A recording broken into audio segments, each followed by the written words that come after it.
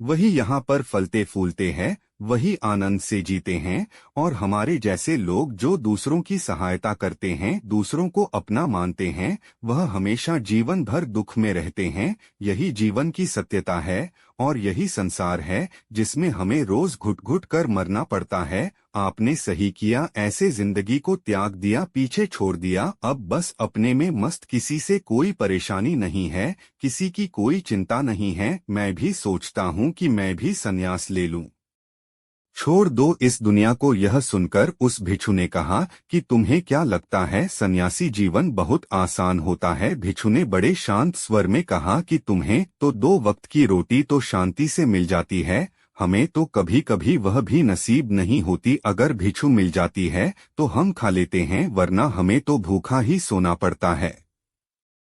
यही सन्यासी जीवन है, हमें हमेशा नीचे सोना पड़ता है, सिर्फ एक लंगोट में रहना पड़ता है, चाहे कैसा भी मौसम क्यों ना हो। तो यह सब तुम्हें आसान लगता है तो तुम भी सन्यासी बन जाओ। युवक ने कहा कि आप कहते तो ठीक ही हैं, संघर्ष तो दोनों तरफ है, सांसारिक जीवन में भी और सन्यासी जीवन में भी। वैसे सांसारिक जीवन भी अच्छा है, लेकिन तब तक जब तक घर परिवार में सुख शांति बनी रहे, धोखा ना मिले, हमारे लोग हमारा फायदा ना उठाएं, हमसे झूठ ना बोले, हमें धोखा ना दे, तब तो जीवन जीने का आनंद होता है, वरना तो जीवन नर्क हो जाता है। भिक्षु ने कहा देखो, सन्यास अपने मन से लिया जाता है। जब हमारा मन कहता है कि हमें सन्यास के मार्ग पर सफलता हासिल करनी है, आगे बढ़ना है, तो ही सन्यासी जीवन सफल हो पाता है।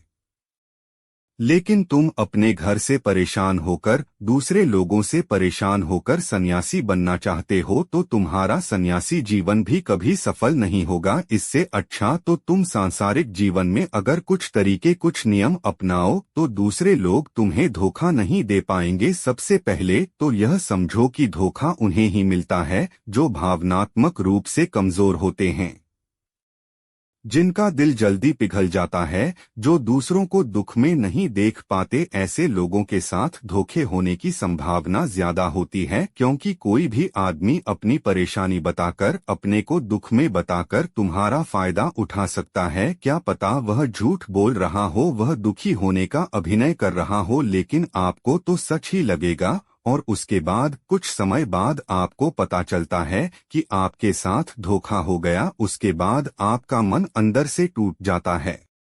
इसीलिए सबसे पहले बात ध्यान रखना कि किसी भी व्यक्ति को यह एहसास मत होने दो कि तुम भावनात्मक रूप से कमजोर हो, अंदर से तुम्हारा दिल नर्म है। अगर उन्हें यह कमजोरी आपकी पता चल गई तो वह कोई ना कोई जाल रचकर आपका फायदा उठाने की जरूर कोशिश करेंगे। चाहे आप अंदर से संवेदनशील हो, दूसरों की मदद करने वाले हो, लेकिन किसी को एहसास मत होने दो, ऊपर से कठोर बने रहो। जब लोगों को लगेगा कि इससे कुछ बोलने का फायदा ही नहीं है, यह आदमी कठोर है, नहीं पिघलेगा, तो खुद ब खुद वो लोग जो झूठे हैं, जो मक्कार हैं, वो आपके पास आएंगे ही नहीं। वो उन्हें चुनेंगे जो उनके आसान शिकार होंगे। दूसरी बात समझने की यह होती है कि हम बहुत जल्दी दूसरों पर विश्वास कर लेते हैं और हमारी जल्दी विश्वास करने की आदत ही हमें हानि पहुंचाती है। 2 दिन तुम्हें किसी से मिले हुए नहीं होते हैं और तुम एक दूसरे के हो जाते हो, एक दूसरे पर पूरा भरोसा करने लग जाते हो,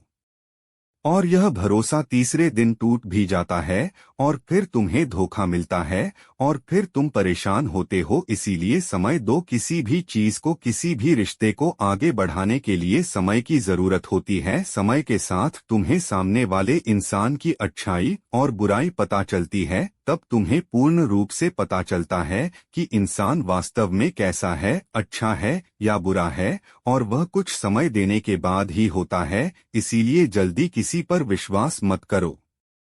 अगली पहचान या अगला तरीका समझने के लिए तुम्हें ऐसे लोगों को समझना होगा जो दूसरों की चापलूसी करते रहते हैं। कुछ लोगों की आदत होती है चापलूसी करने की, आपके सामने आपकी बड़ाई करेंगे, आपके बारे में अच्छा अच्छा बोलेंगे और आपको लगेगा कि यह इंसान कितने अच्छे हैं, मेरे से कितना प्यार करते हैं, लेकिन वास्तव में उनकी वह चापलूसी एक जाल होती है ताकि वह आपका दिल जीत सके। और उनको चापलूसी करने का मौका तभी मिलता है जब आप दिखावा करते हैं। अगर आप उनकी चापलूसी से प्रभावित ही नहीं होंगे तो कुछ समय बाद वो चापलूसी करना बंद कर देंगे। इसीलिए किसी के सामने दिखावा मत करो, वरना आप तो आकर्षण के केंद्र बन जाते हो। लोगों को लगता है कि शायद इसके पास बहुत ज्यादा धन संपदा है, इसीलिए इतना दिखावा कर रहा है, और इसी वजह से जो लोग आपका फायदा उठाना चाहेंगे वो आपके करीब आने की कोशिश करेंगे, आपके चापलूसी करने की कोशिश करेंगे। अगला नियम बताते हुए भिक्षु ने झरने की तरफ इशारा किया। वो झरने के पास पहुंच चुके थे।